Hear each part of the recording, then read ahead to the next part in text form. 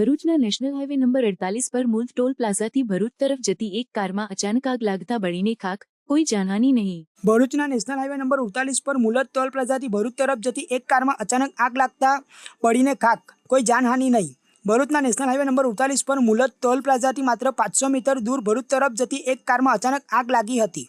સદનસીબે કારમાં સવાર મુસાફરોએ સમયસૂચકતા વાપરીને તરત જ વાહન છોડી દીધું હતું, જેના કારણે કોઈ જાનહાનિ થઈ નથી। જોકે થોડી જ વારમાં આગે વિકરાળ સ્વરૂપ ધારણ કર્યું અને કાર સંપૂર્ણપણે બળીને ખાખ થઈ ગઈ હતી। મુલત ટોલ ટેક્સના સ્ટાફે તાત્કાલિક ફાયર બ્રિગેડને જાણ કરી હતી। ફાયર બ્રિગેડની ટીમે તાત્કાલિક ઘટના સ્થળે પહોંચી પાણીનો મારો ચલાવીને આગ પર કાબૂ મેળવ્યો હતો।